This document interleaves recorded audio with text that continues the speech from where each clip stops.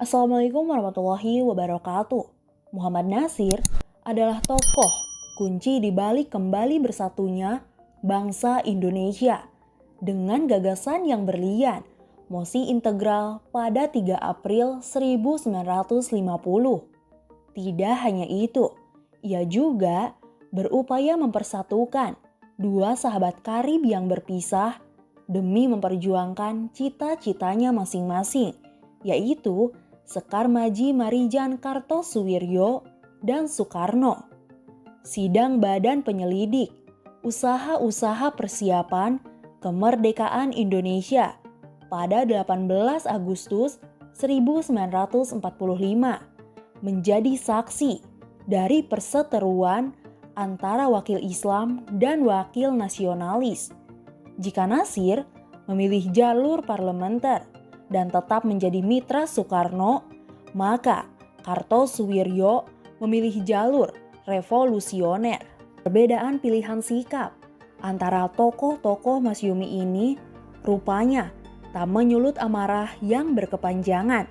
Natsir justru senantiasa berikhtiar untuk menyatukan dua sahabat yang sama-sama pernah berguru kepada Cokro Aminoto. Jalan islah dua sahabat ini makin rumit pasca deklarasi Negara Islam Indonesia atau NII pada 7 Agustus 1949. Surat Natsir yang dititipkan kepada Tuan Hasan atau tokoh Persatuan Islam rupanya terlambat diterima oleh Kartosuwiryo. Surat itu baru diterima 3 hari sesudah Kartosuwiryo memproklamasikan Darul Islam atau NII, ungkap Lukman Hakim, mantan aktivis HMI cabang Jogja saat mengisi kajian virtual di Pondok Pesantren Budi Mulya pada 8 Februari 2021. Tetapi kata Pak Natsir, bukan soal terlambatnya itu. Yang susah bagi Kartosuwiryo yaitu menjilat ludahnya sendiri atau deklarasi NII jelasnya. Namun, upaya dari Bapak pendiri Dewan Dakwah Islamiyah Indonesia tidak berhenti di situ saja, terutama setelah ia berhasil menyatukan kembali Negara Kesatuan Republik Indonesia. Mantan sekretaris pribadi dari Muhammad Natsir menyebutkan selama menjadi Perdana Menteri era demokrasi parlementer, Natsir terus berupaya untuk menyatukan dua sahabat itu. Salah satunya dengan mengutuskan seorang tokoh Nahdlatul Ulama yaitu Kiai Musli. Sejarah mencatat ketika kemudian Pak Natsir menjadi Perdana Menteri, Pak Natsir berkali-kali berusaha dan terakhir Pak Natsir mengutus Kiai Musli, seorang tokoh dari NU yang sebelumnya akrab dengan Kartosuwiryo, tutur Lukman. Kiai Musli adalah tokoh NU, pendiri Yayasan Pendidikan Diponegoro yang juga pernah bersama-sama aktif dengan Kartosuwiryo di Partai Serikat Islam Indonesia. Ia bahkan sebenarnya telah berhasil melunakkan sosok dari Kartosuwiryo. Kartosuwiryo, menurut penuturan dari Kiai Musli, sudah mulai melunak dan berjanji akan terus menjalin komunikasi dengan pemerintah, ujar Lukman. Ikhtiar dari Natsir untuk menyatukan kembali Kartosuwiryo dan Soekarno rupanya sampai pada titik di mana hal itu tidak bisa dipersatukan lagi, terutama setelah insiden penembakan terhadap pengawal utama dari Kartosuwiryo yang diminta mengawal kepulangan Kiai Musli. Ketika Kiai Musli pamit, kemudian dikawal oleh orang kepercayaan dari Kartosuwiryo. Tetapi rupanya misi dari Kiai Musli rupanya diintai oleh tentara, ungkap Lukman. Jadi ketika tentara melihat ada rombongan orang yang bersenjata, enggak ditanya lagi dan langsung ditembak. Kiai Musli selamat, tetapi pengawal utama dari Kartosuwiryo tewas tertembak. Imbuhnya, insiden penembakan yang semena-mena oleh Tentara Republik Indonesia yang akhirnya kembali memantik kekecewaan dari Kartosuwiryo kepada pemerintah.